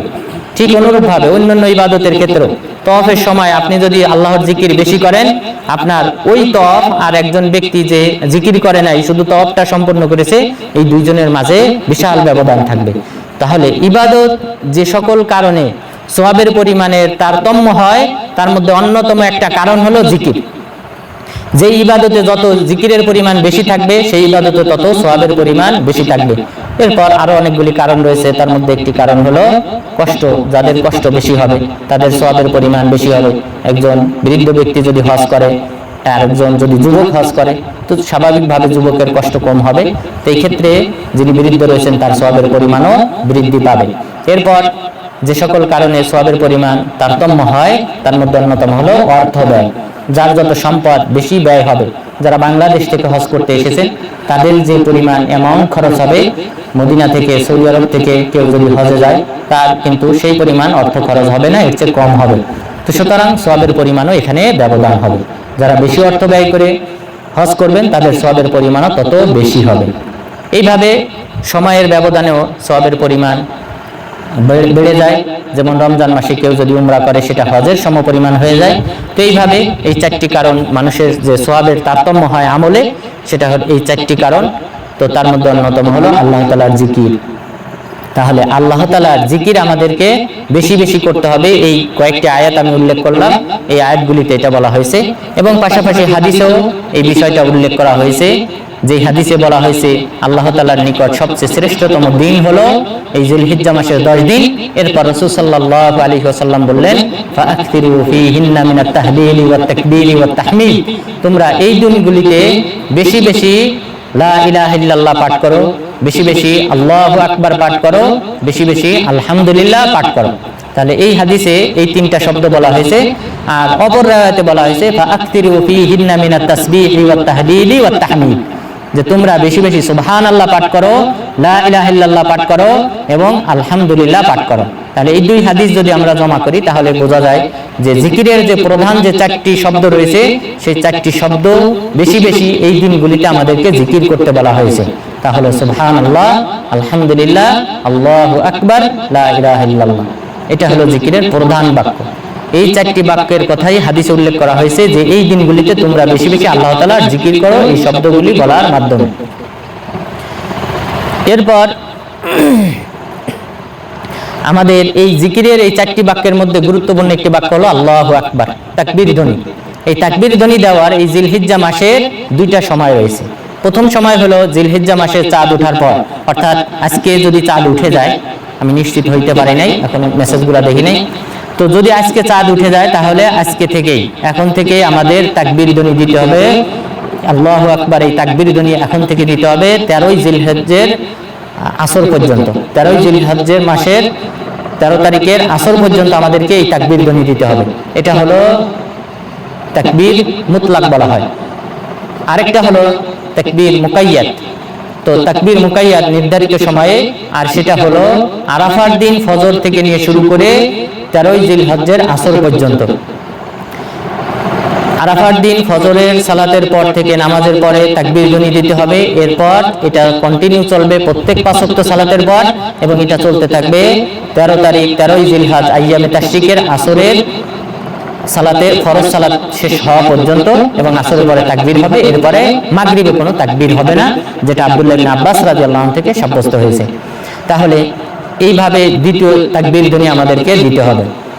না হলে মোট 25 ওয়াক্ত সালাত, অর্থাৎ 9 তারিখে আরাফার দিনের ফজর থেকে নিয়ে শুরু করে 13 তারিখের আসর পর্যন্ত মোট 25 ওয়াক্ত সালাত ফজরের ফরজ সালাতের পরে আমাদেরকে এই তাকবীর ধ্বনি দিতে হবে। তো এই তাকবীর ধ্বনি আমরা যে দেব, কোন শব্দের মাধ্যমে দেব? তো এই শব্দগুলি সহিহ হাদিসে রাসূল সাল্লাল্লাহু আলাইহি ওয়াসাল্লাম থেকে সাব্যস্ত হয় নাই। কোন শব্দের মাধ্যমে আমরা তাকবীর ধ্বনি দেব এটা সাব্যস্ত হয় নাই রাসূল সাল্লাল্লাহু আলাইহি ওয়াসাল্লাম থেকে, তবে সাহাবাদের থেকে সাব্যস্ত হয়েছে। সাহাবাদের থেকে মোট আমার দৃষ্টিতে মোট 6টি শব্দ সাব্যস্ত হয়েছে। 6টি শব্দ সহিহ সনদে বর্ণিত হয়েছে। তো তার মধ্যে প্রথম যে শব্দ, এটা আমাদের সবারই জানা প্রসিদ্ধ, সেটা হলো আল্লাহু আকবার, আল্লাহু আকবার, লা ইলাহা ইল্লাল্লাহু আল্লাহু আকবার, আল্লাহু আকবার ওয়ালিল্লাহিল হামদ। এই বাক্যটাই আমাদের সবার মুখস্থ আছে এবং এটাই হলো প্রসিদ্ধ বাক্য, এবং এই বাক্যটি সাব্যস্ত হয়েছে আলী বিন আবি তালিব রাদিয়াল্লাহু আনহু থেকে, এবং পাশাপাশি আব্দুল্লাহ ইবনে মাসউদ রাদিয়াল্লাহু আনহু থেকে। আর দ্বিতীয় শব্দ যেটা আব্দুল্লাহ ইবনে মাসউদ রাদিয়াল্লাহু আনহু থেকে সাব্যস্ত হয়েছে, এই শব্দের মতোই, তবে শুধু তাকবীর ধ্বনি প্রথমে 3 বার হবে। আগেরটাই ছিল 2 বার, আর দ্বিতীয়টাতে হবে 3 বার। আল্লাহু আকবার, আল্লাহু আকবার, আল্লাহু আকবার, লা ইলাহা ইল্লাল্লাহু আল্লাহু আকবার, আল্লাহু আকবার ওয়ালিল্লাহিল হামদ। পাশাপাশি আব্দুল্লাহ ইবনে আব্বাস রাদিয়াল্লাহু আনহু থেকে 3টা শব্দ সাব্যস্ত হয়েছে। আব্দুল্লাহ ইবনে আব্বাস রাদিয়াল্লাহু আনহু থেকে সহিহ সনদে 3টা শব্দ সাব্যস্ত হয়েছে। তিনি বলতেন আল্লাহু আকবার কাবীরা, আল্লাহু আকবার কাবীরা, আল্লাহু আকবার ওয়া আজাল, আল্লাহু আকবার ওয়ালিল্লাহিল হামদ। এটা বলতেন আব্দুল্লাহ ইবনে আব্বাস রাদিয়াল্লাহু আনহু। তিনি আরো বলতেন আল্লাহু আকবার কাবীরা, আল্লাহু আকবার কাবীরা, আল্লাহু আকবার কাবীরা ওয়ালহামদুলিল্লাহ, আল্লাহু আকবার আলা মা হাদানা। এটা আব্দুল্লাহ ইবনে আব্বাস রাদিয়াল্লাহু আনহু থেকে দ্বিতীয় শব্দ। এরপর তৃতীয় শব্দ আব্দুল্লাহ ইবনে আব্বাস রাদিয়াল্লাহু আনহু থেকে সাব্যস্ত হয়েছে। তিনি বলতেন আল্লাহু আকবার, আল্লাহু আকবার, আল্লাহু আকবার ওয়ালিল্লাহিল হামদ, আল্লাহু আকবার, আল্লাহু আকবার ওয়া আজাল, আল্লাহু আকবার আলা মা হাদানা। তো আব্দুল্লাহ ইবনে আব্বাস রাদিয়াল্লাহু আনহু থেকে 3টা শব্দ সাব্যস্ত হয়েছে, আব্দুল্লাহ ইবনে মাসউদ রাদিয়াল্লাহু আনহু থেকে 2টা শব্দ, এবং আলী রাদিয়াল্লাহু আনহু থেকে 1টা শব্দ। আর সেটা আব্দুল্লাহ ইবনে মাসউদ রাদিয়াল্লাহু আনহু তিনিও ওই সেম শব্দ বলেছেন। তাহলে এই হলো মোট 5টি। আর ষষ্ঠ শব্দ যেটা বর্ণিত হয়েছে আব্দুল্লাহ ইবনে উমর রাদিয়াল্লাহু আনহু থেকে, এটা আরো সহজ। আল্লাহু আকবার, আল্লাহু আকবার, লা ইলাহা ইল্লাল্লাহু ওয়াহদাহু লা শারীকা লাহু, লাহুল মুলকু ওয়া লাহুল হামদু ওয়া হুয়া আলা কুল্লি শাইইন কাদির। তাহলে এই মোট 6টি শব্দ তাকবীর ধ্বনি বর্ণিত হয়েছে সাহাবাদের থেকে। তো সুতরাং আপনারা এই শব্দগুলি আপনারা পাঠ করবেন, এই শব্দগুলির মাধ্যমে আল্লাহ তাআলার জিকির করবেন, এই দিনগুলিতে তাকবীর ধ্বনি দেবেন। আর আমাদের দেশে যে প্রসিদ্ধ আছে, এরপরে অতিরিক্ত যে অংশটা বৃদ্ধি করা হয়, আল্লাহু আকবার, আল্লাহু আকবার, লা ইলাহা ইল্লাল্লাহু আল্লাহু আকবার ওয়ালিল্লাহিল হামদ, তারপর আল্লাহু আকবার কাবীরা, আলহামদুলিল্লাহি কাসীরা ওয়া সুবহানাল্লাহি বুকরাতাও ওয়া আসীলা। এই বাক্যটা এটা মিশরীয় আলেমরা সর্বপ্রথম যুক্ত করে, এবং তখন থেকে এটার প্রচলন হয়েছে। তবে এটা তাকবীর ধ্বনি হিসেবে, ঈদের তাকবীর ধ্বনি হিসেবে বা যুলহিজ্জা মাসের তাকবীর ধ্বনি হিসেবে এটা বর্ণিত হয় না, হাদিসে বর্ণিত হয় না। সুতরাং এটা বর্জন করা উচিত, এখানে যুক্ত না করা উচিত। যদিও এটা তাকবীরের শব্দ, এটা যদিও তাকবীরের শব্দ, তবে এই ক্ষেত্রে যেহেতু বর্ণিত হয় নাই, না করা উচিত। এরপর তাহলে আমরা জানলাম যে এই দিনগুলিতে আমাদেরকে বেশি বেশি তাকবীর ধ্বনি দিতে হবে। তাকবীরের প্রধান বাক্য হলো 4টি, অর্থাৎ আল্লাহ তাআলা জিকিরের প্রধান বাক্য হলো 4টি, সুবহানাল্লাহ, আলহামদুলিল্লাহ, আল্লাহু আকবার, লা ইলাহা ইল্লাল্লাহ। এই বাক্যগুলি পাঠ করতে হবে এবং তাকবীর ধ্বনি দেওয়ার সময় হলো 2টি, জিলহিজ্জা মাসের চাঁদ দেখার থেকে নিয়ে 13 তারিখ পর্যন্ত, 13 তারিখের আসর পর্যন্ত এইভাবে আমাদেরকে তাকবীর ধ্বনি দিতে হবে এবং পাশাপাশি 9 তারিখ ফজর থেকে নিয়ে, আরাফার দিন ফজর থেকে নিয়ে শুরু করে আমাদেরকে 13 তারিখের আসর পর্যন্ত তাকবীর ধ্বনি দিতে হবে। এটা বিশেষ তাকবীর, এই তাকবীর ধ্বনি আমাদেরকে দিতে হবে এবং তাকবীর ধ্বনির শব্দ 6টি আমরা জানলাম। এইভাবে আমাদেরকে আল্লাহ তাআলার জিকির করতে হবে, জিকিরকে প্রতিষ্ঠা করতে হবে। যা যিনি যত বেশি জিকির করবেন তার তত সওয়াবের পরিমাণ তত বেশি হবে। এরপর আমাদেরকে যে সকল ভালো আমল করতে হবে এই দিনগুলিতে, তার দ্বিতীয় যে ভালো আমল সেটা হলো সিয়াম পালন করা। এই দিনগুলিতে আমাদেরকে সিয়াম পালন করতে হবে 9 দিন, অর্থাৎ আরাফা পর্যন্ত। যারা হাজি নন তারা, আর যারা হাজি তারা আরাফার দিন সিয়াম পালন করবে না, তাহলে তারা 8 দিন সিয়াম পালন করবে যদি করতে চায়। আর যদি মনে করে যে না, হজের জন্য আমাদের কষ্ট হয়ে যাবে, প্রস্তুতি স্বরূপ শক্তির প্রয়োজন রয়েছে, হজে অবশ্যই কষ্ট হয়, তো সেই দৃষ্টিকোণ থেকে তারা সিয়াম তাদের সাধ্য অনুযায়ী যে কয়দিন মন চায় সেই কয়দিন তারা রাখতে পারে। তো এই 9 দিন যে সিয়াম পালন করতে হবে এ ব্যাপারে দলিল হলো উম্মু সালামা রাদিয়াল্লাহু আনহা, তিনি বলেন কানান নবিয়্যু সাল্লাল্লাহু আলাইহি ওয়াসাল্লাম ইয়াসুমু 9 মিন যিলহিজ্জাহ ওয়া ইয়াসুমু 3 আইয়াম মিন কুল্লি শাহর, আউয়ালু ইসনাইন মিনাশ শাহর ওয়া খামিসাইন ওয়া ইয়াসুমু ইয়াওমা আশুরা।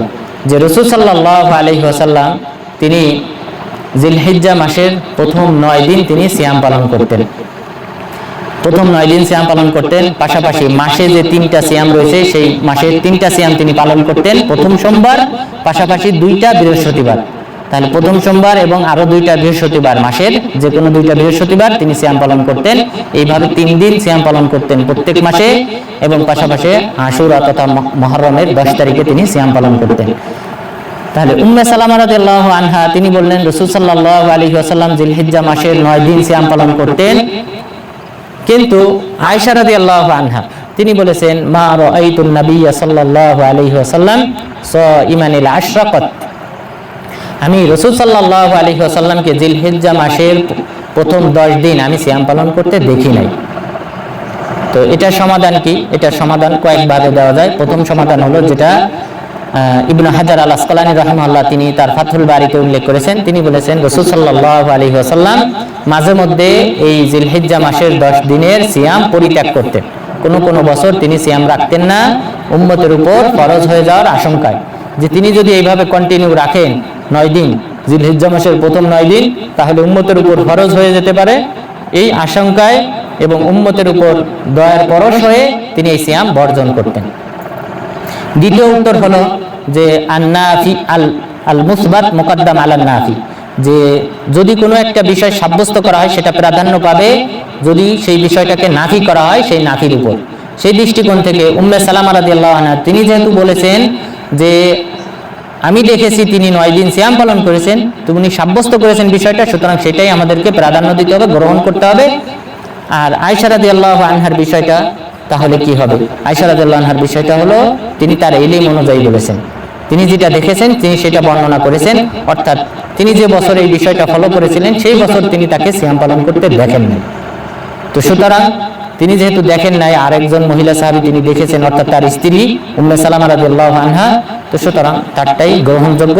তো সেই দৃষ্টিকোণ থেকে আমরা এই যিলহিজ্জা মাসের 9 দিন সিয়াম পালন করব ইনশাআল্লাহ। সবাই রাজি আছেন তো? তবে হাজিরা বাদে, কারণ হাজিদের আরাফার দিন রাসূল সাল্লাল্লাহু আলাইহি সাল্লাম সিয়াম পালন করেন না, এটা আপনাদেরকে ভালোভাবে বুঝতে হবে কেন রাখেন নাই। কারণ হজ কিন্তু জিহাদের সমতুল্য। রাসূল সাল্লাল্লাহু আলাইহি ওয়াসাল্লাম আয়েশা রাদিয়াল্লাহু আনহাকে বলেছিলেন জিহাদুকুন্না আল হজ্জু ওয়াল উমরা, তোমাদের জিহাদ হলো হজ এবং উমরা করা। জিহাদুস সাগীর ওয়াল কাবীর ওয়াল যায়ীফ ওয়াল জাবান আল হজ্জু ওয়াল উমরা, যে সকল ব্যক্তিরা দুর্বল, অতি বার্ধক্য এবং যারা কাপুরুষ, এই সকল ব্যক্তিদের জিহাদ হলো হজ এবং উমরা। কারণ এখানে অনেক পরিশ্রম হবে, অনেক কষ্ট হবে। তো সেই দৃষ্টিকোণ থেকে আপনারা সেই দিকে লক্ষ্য রেখে, যেহেতু সিয়াম পালন করলে দিনের বেলা আপনারা দুর্বল থাকবেন, তো সেই দৃষ্টিকোণ থেকে আপনারা সেই বিষয়টা অবশ্যই বিবেচনা করবেন। এই কারণে রাসূল সাল্লাল্লাহু আলাইহি ওয়াসাল্লাম আরাফার ময়দানে সিয়াম পালন করেন নাই। সুতরাং যারা হাজির হয়েছেন তারা আরাফার ময়দানে সিয়াম পালন করবেন না। উম্মুল ফাজল বিনতুল হারিস রাদিয়াল্লাহু আনহা তিনি বলেন আরাফার ময়দানে সাহাবাগণ পরস্পর কথা বলা শুরু করলেন যে রাসূল সাল্লাল্লাহু আলাইহি সাল্লাম সিয়াম পালন করেছেন। আরেক দল বলল যে না, তিনি সিয়াম পালন করেন নাই। তখন দেখেন কতটা বুদ্ধিমতী উম্মুল ফাদল বিনতুল হারিস রাদিয়াল্লাহু আনহা, তিনি বলেন ফাআরসালতু বিকদাহি লাবান ওয়া হুয়া কানা আলা বাঈরিহি ফাশারিবা, যে আমি এক বাটি দুধ পাঠিয়ে দিলাম, এক বাটি দুধ পাঠিয়ে দিলাম, আমার প্রশ্ন করার প্রয়োজন নেই। যদি তিনি সিয়াম পালনকারী হন দুধ বাটি ফিরিয়ে দেবেন, আর যদি তিনি সিয়াম পালনকারী না হন তাহলে দুধ পান করবেন। এবং তিনি উটের উপর বসা ছিলেন, তিনি সেখানে দুধ পান করেছেন। তাহলে আরাফার দিন রাসূল সাল্লাল্লাহু আলাইহি সাল্লাম সিয়াম পালন করেন নাই, আমাদেরকেও হাজীদেরকেও সিয়াম পালন করা যাবে না। রাসূল সাল্লাল্লাহু আলাইহি ওয়াসাল্লাম বলেন লিতাখুযু আন্নী মানাসিকাকুম ফাইন্নী লাআল্লি লা আহুজ্জু বা'দা হাজ্জাতি হাযি, যে তোমরা আমার কাছ থেকে হজের মাসালাগুলা শিক্ষা গ্রহণ করো, কেননা আমি আশঙ্কা করি আমি আগামী বছর জীবিত থাকবো না, আগামী বছর আমি হজ করার সুযোগ পাবো না। সুতরাং তোমরা আমার কাছ থেকে হজের মাসালা শিখে নাও। এবং রাসূল সাল্লাল্লাহু আলাইহি ওয়াসাল্লাম হজ থেকে ফিরে আসার 81 দিন পর তিনি মারা যান। সুতরাং পরবর্তী বছর তিনি আর সুযোগ পান নাই সিয়াম পালন করার, হজ করার। তো সুতরাং আমাদেরকে আরাফার ময়দানে সিয়াম পালন করা যাবে না। তবে যারা নন হাজি, যারা হাজি না, তারা অবশ্যই আরাফার দিনের সিয়াম পালন করবেন।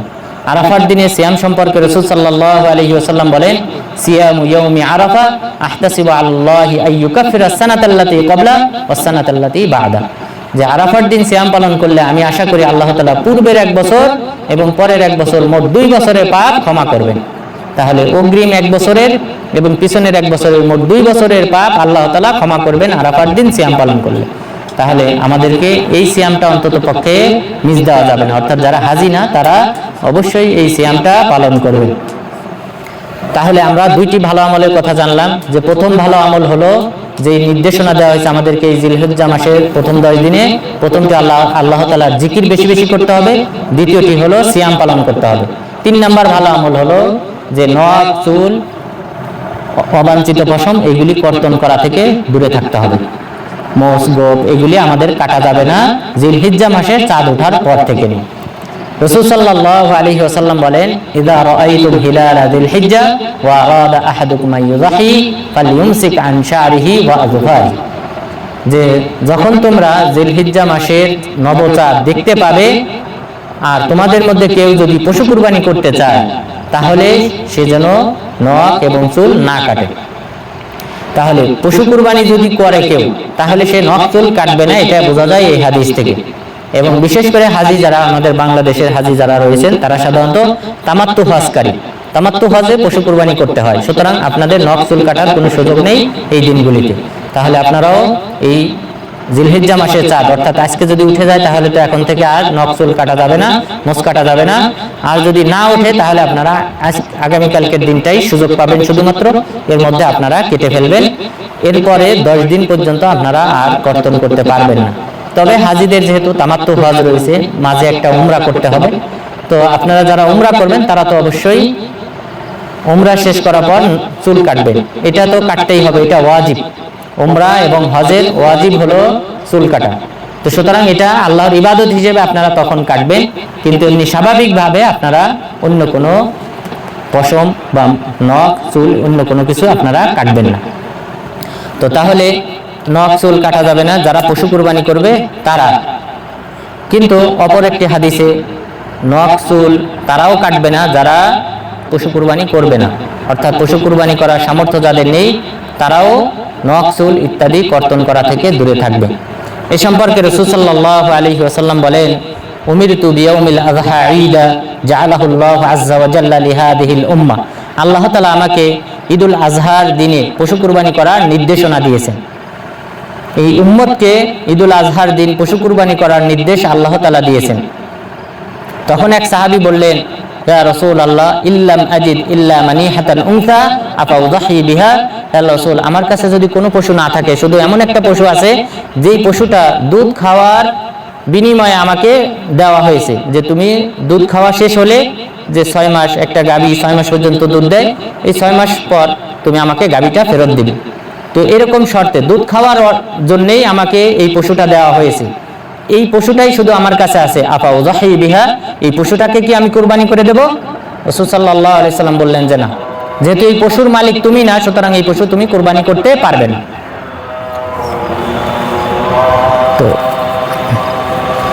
তো তাহলে পশু কুরবানি এই সাহাবী যেহেতু করবে না, এরপর রাসূল সাল্লাল্লাহু আলাইহি ওয়াসাল্লাম বললেন ওয়ালাকিন তাআখুযু মিন শা'রিক ওয়া তাকুসু ওয়া তুকাল্লিমু আযফারাক ওয়া তাকুসু শারিবাক ওয়া তাহলিকু আনাতাক ফাতিলকা তামামু উযহিয়াতিকা ইনদাল্লাহি আযজা ওয়া জাল্লা। বরং তুমি তোমার নখ, চুল, মোষ, গোপ এবং অবাঞ্ছিত পশম, গুপ্তাঙ্গের পশম এগুলি তুমি পশু ঈদুল আজহার দিন তুমি কর্তন করবে, বিনিময়ে আল্লাহ তাআলা তোমাকে একটি পশু কুরবানি করার সমান সওয়াব দান করবে। তাহলে এই হাদিসে এই সাহাবীর সামর্থ্য ছিল না পশু কুরবানি করার, তাকে রাসূল সাল্লাল্লাহু আলাইহি ওয়াসাল্লাম বিকল্প হিসেবে এই আমলটা করতে বললেন যে তুমি ঈদুল আজহার দিন তুমি ঈদের সালাত আদায় করে এসে তোমার নখ, চুল এবং গোপ, পাশাপাশি তোমার অবাঞ্ছিত পশম এটা তুমি কর্তন করবে, তাহলে আল্লাহ তাআলা তোমাকে একটা পশু কুরবানি করার সমান সওয়াব দান করবে। সুতরাং যারা পশু কুরবানি করবে না তারাও নখ, চুল কাটা থেকে বিরত থাকবে। তো যাই হোক, তাহলে আমাদেরকে এই আমলটাও করতে হবে। আর এই জিলহিজ্জা মাসের এই 10 দিনের মধ্যে গুরুত্বপূর্ণ যে দিন রয়েছে সেটা হলো আরাফার দিন। আরাফার দিনের ব্যাপারে, ফজিলতের ব্যাপারে অনেক হাদিস রয়েছে। তার মধ্যে একটি হাদিস হলো যে রাসূল সাল্লাল্লাহু আলাইহি ওয়াসাল্লাম বলেন মা মিন ইয়াউমিন আকসার মিন আইয়ুতিকাল্লাহু ফীহি আবদান মিনান নার মিন ইয়াউমি আরাফা। আরাফার দিনের চেয়ে অন্য কোনো দিন আল্লাহ তাআলা এত বেশি মানুষকে জাহান্নাম থেকে মুক্তি দান করেন না, বরং সবচেয়ে বেশি বান্দাদেরকে জাহান্নাম থেকে মুক্তি প্রদান করেন আল্লাহ তাআলা আরাফার দিন। এবং সহিহ মুসলিমে রাসূল সাল্লাল্লাহু আলাইহি ওয়াসাল্লাম বলেছেন ইউবাহি বিকুমুল মালাইকা, আল্লাহ তাআলা তোমাদেরকে নিয়ে আরাফার ময়দানে যারা উপস্থিত হয় তাদেরকে নিয়ে আল্লাহ তাআলা গর্ববোধ করেন ফেরেশতাদের সামনে। এরপর অন্য একটি হাদিসে বলা হয়েছে আল্লাহ তাআলা তখন বান্দাদেরকে বলেন আফিযু ইবাদান মাগফুরাল লাকুম ওয়া লিমান শাফাআতুম লাহু, হে আমার বান্দা সকল তোমরা ফিরে যাও আমার ক্ষমাপ্রাপ্ত হয়ে, এবং পাশাপাশি তোমরা যে সকল ব্যক্তিদের জন্য দোয়া করেছো তাদেরকেও ক্ষমা করে দেওয়া হবে। তাহলে হাজীদেরকেও ক্ষমা করেন আল্লাহ তাআলা, পাশাপাশি হাজীরা যাদের জন্য দোয়া করেন তাদেরকেও আল্লাহ তাআলা ক্ষমা করেন। সুতরাং যারা হাজী আছেন তারা অবশ্যই আমার জন্য দোয়া করবেন, পাশাপাশি আমাদের দিনী ভাইদের জন্য দোয়া করবেন। অবশ্যই আমাদের কথা বলবেন না, যেহেতু সালাফদের এটাই নীতি ছিল। সালাফগণ কোনো ব্যক্তি হজে গেলে তার কাছে দোয়া চাইতেন। সফওয়ান ইবনে আব্দুল্লাহ ইবনে সফওয়ান, তিনি উম্মু দারদা রাদিয়াল্লাহু আনহার মেয়ের জামাই ছিলেন। তিনি তাকে বললেন আতুরিদুল হজ্জাল আম, তুমি কি এই বছর হজ করতে চাও? তিনি বললেন হ্যাঁ, হজ করতে চাই। তখন তিনি বললেন ফাদউল্লাহ লানা বিখাইর, তুমি আমাদের জন্য কল্যাণের দোয়া করবে। তো সুতরাং সালাফগণ তারা কিন্তু হাজীদের কাছে দোয়া চাইতেন। তো সুতরাং আমরাও দোয়া চাই আপনাদের কাছে, এবং আমরাও আপনাদের জন্য দোয়া করি আল্লাহ তাআলা যেন আপনাদের হজকে মাবরুর হিসেবে কবুল করেন এবং আপনাদেরকে নিষ্পাপ করে যেন বাড়িতে ফিরে যাওয়ার তৌফিক দান করেন, আমিন। তো তাহলে আরাফার দিনের গুরুত্ব রয়েছে, আরাফার দিনে সিয়াম আমাদেরকে পালন করতে হবে। এরপর 10 তারিখ জিলহজ মাসের 10 তারিখ, এটা হলো মহান দিবস। রাসূল সাল্লাল্লাহু আলাইহি ওয়াসাল্লাম বলেন ইন্না আফদালাল আইয়ামি ইনদাল্লাহি আযজা ওয়া জাল্লা ইয়াউমুন নাহর, নিশ্চয় আল্লাহ তাআলার নিকট সবচেয়ে গুরুত্বপূর্ণ দিন, মহান দিন, সেটা হলো কুরবানি করার দিন। অর্থাৎ 10 তারিখের দিনটাই হলো আল্লাহ তাআলার নিকট মহান দিবস। এবং এই দিবসটা মহান হওয়ার পিছনে মূল যে কারণ সেটা হলো পশু কুরবানি। পশু কুরবানির মাধ্যমে এটা একটা বিরাট একটা ইবাদত, যে ইবাদতটা আল্লাহ তাআলা পূর্ববর্তী সকল উম্মতের উপর বিধান দিয়েছিলেন। তো সুতরাং এই কুরবানি, পশু কুরবানি করার মাধ্যমে আল্লাহ তাআলার নৈকট্য অর্জন করা যায়, এবং এই নৈকট্য অর্জনের জন্যই এই দিনটাকে মহান হিসেবে হাদিসে আখ্যায়িত করা হয়েছে। এবং রাসূল সাল্লাল্লাহু আলাইহি ওয়াসাল্লাম বলেন মান কানা লাহু সাআ ওয়া লাম ইউযাহি ফালা ইয়াকরাবান্না মুসাল্লানা, যে ব্যক্তির সামর্থ্য রয়েছে অথচ পশু কুরবানি করলো না, সে আমাদের ঈদগাহে যেন না আসে। তাহলে রাসূল সাল্লাল্লাহু আলাইহি ওয়াসাল্লাম গুরুত্বের সাথে আমাদেরকে পশু কুরবানি করতে বলেছেন। সুতরাং আমরা অবশ্যই এখানে হোক, সৌদি আরবে হোক অথবা দেশে হোক, অবশ্যই আমরা পশু কুরবানিতে অংশগ্রহণ করব। আল্লাহ তাআলা যেন আমাদেরকে সেই তৌফিক দান করেন। পশু কুরবানির ফজিলতের ব্যাপারে কোনো সহিহ হাদিস নেই, একটি হাদিস ব্যতীত। তা হলো রাসূল সাল্লাল্লাহু আলাইহি ওয়াসাল্লাম বলেন ওয়া আম্মা নাহরুক ফামাদকুরুন লাকা ইনদা রাব্বিক, তুমি যে পশু কুরবানি করেছো সেই পশু কুরবানির সওয়াব আল্লাহ তাআলার নিকট জমা রয়েছে। শুধুমাত্র এতটুকু বলা হয়েছে, অর্থাৎ কি পরিমাণ জমা রয়েছে এটা বলা হয়নি। অর্থাৎ বোঝা যায় যে বিশাল পরিমাণ সওয়াব আল্লাহ তাআলা নিজের কাছে জমা রেখেছেন। যেমন ভাবে সিয়ামের ক্ষেত্রে বলা হয়েছে যে সিয়াম একমাত্র আমার সন্তুষ্টির উদ্দেশ্যে রাখা হয়, সুতরাং এটার প্রতিদান আমি একমাত্র নিজেই প্রদান করব। ঠিক অনুরূপভাবে কুরবানির সওয়াবটাও আল্লাহ তাআলা গোপন রেখেছেন, আমাদেরকে এর পরিমাণ উল্লেখ করেন নাই, সুতরাং বোঝা যায় বিশাল সওয়াব আল্লাহ তাআলা দান করবেন। এরপর এই জিলহিজ্জা মাসের 10 তারিখে যে আমলগুলি করা হয় তার মধ্যে একটি আমল হলো কঙ্কর নিক্ষেপ। হাজীগণ কঙ্কর নিক্ষেপ করে। কঙ্কর নিক্ষেপের ফজিলতের ব্যাপারে রাসূল সাল্লাল্লাহু আলাইহি ওয়াসাল্লাম বলেন, ওয়া আম্মা রামিয়ুকাল জিমার ফাবিকুল্লি হাসাতিন রামাইতাহা মিনহা কাবীরাতুম মিনাল কাবাইরিল মুজিবাত, যে তুমি যে কঙ্কর নিক্ষেপ করেছো, প্রতিটি কঙ্কর নিক্ষেপ করার বিনিময়ে একটি করে কবিরা গুনাহ মাফ করা হবে, যেই কবিরা গুনাহ তোমাকে জাহান্নামে নিয়ে যাওয়াটা আবশ্যক করেছে। জাহান্নামে নিয়ে যাওয়া আবশ্যক করেছে এমন কবিরা গুনাহ প্রতিটি কঙ্কর নিক্ষেপের মাধ্যমে আল্লাহ তাআলা ক্ষমা করবেন। সুতরাং হাজীগণ যারা রয়েছেন তারা 10 তারিখে জামরাতুল কুবরাতে 7টি কঙ্কর নিক্ষেপ করবেন। এরপর পরের যে 3 দিন যদি অবস্থান করেন তাহলে মোট আপনাদের কঙ্কর নিক্ষেপের পরিমাণ হবে 70টি। আর যদি আইয়ামে তাশরিকের 2 দিন থাকেন মিনাতে তাহলে কঙ্কর নিক্ষেপের পরিমাণ হবে 49টি। তো তার মানে 49টি অথবা 70টি কবিরা গুনাহ আপনাদের আমল থেকে ক্ষমা করা হবে। সুতরাং অবশ্যই আপনারা গুরুত্বের সাথে এই কঙ্কর নিক্ষেপ করবেন এবং 10 তারিখে জাওয়ালের পূর্বে কঙ্কর নিক্ষেপ করতে হয়, আর পরের দিনগুলিতে জাওয়াল হওয়ার পর, জোহর হওয়ার পর তারপর কঙ্কর নিক্ষেপ করতে হয়। সুতরাং আপনারা এই সুন্নতগুলি ফলো করে সেই অনুযায়ী আপনারা কঙ্কর নিক্ষেপ করবেন, তাহলে আল্লাহ তাআলা আপনাদেরকে এই সওয়াব দান করবেন। তো সারসংক্ষেপ হলো আজকে আমরা যে বিষয়গুলি জানতে পারলাম, এই জিলহিজ্জা মাসের আমাদের অনেকগুলি করণীয় রয়েছে এবং অনেকগুলি বর্জনীয় রয়েছে। তো বর্জনীয়ের মধ্যে হলো অন্যায় অশ্লীল কাজ, এগুলি আমাদেরকে অবশ্যই বর্জন করতে হবে। অন্য মাসেও বর্জন করতে হয়, তবে বিশেষ করে এই মাসগুলিতে, সম্মানিত মাসগুলিতে অবশ্যই আমাদেরকে বিশেষভাবে বর্জন করতে হবে এবং পাশাপাশি ভালো কাজগুলি আমাদেরকে বৃদ্ধি করতে হবে, কোরআন তেলাওয়াত বৃদ্ধি করতে হবে, আল্লাহ তাআলার জিকির বেশি বেশি করতে হবে এবং পাশাপাশি তাকবীর ধ্বনি আমাদেরকে এই দিনগুলিতে দিতে হবে। সাহাবাগণ তারা বাজারে, হাটে, ঘাটে, যেখানে সেখানে তারা তাকবীর ধ্বনি দিতেন এবং তাদের এই তাকবীর ধ্বনি শুনে আশেপাশের লোকজন তারাও তাকবীর ধ্বনি দিত। সুতরাং তাকবীর ধ্বনি আমাদেরকে দিতে হবে। পাশাপাশি এই 9 দিন সিয়াম পালন করতে হবে, তবে হাজিরা আরাফার দিন সিয়াম পালন করবে না এবং পাশাপাশি আমাদেরকে নখ, চুল ইত্যাদি কর্তন করা থেকে বিরত থাকতে হবে। যারা পশু কুরবানি করবে তারা পশু কুরবানি করার পর, যেহেতু সহিহ মুসলিম বলা হয়েছে হাত্তা ইউযাহি, পশু কুরবানি করার পর তারা নখ, চুল ইত্যাদি কাটবে। আর যাদের পশু কুরবানি নেই তারা ঈদের সালাত আদায় করার পর এসে নখ, চুল কাটবে। তাহলে এই আমলগুলি আমাদেরকে এই দিনগুলিতে করতে হবে।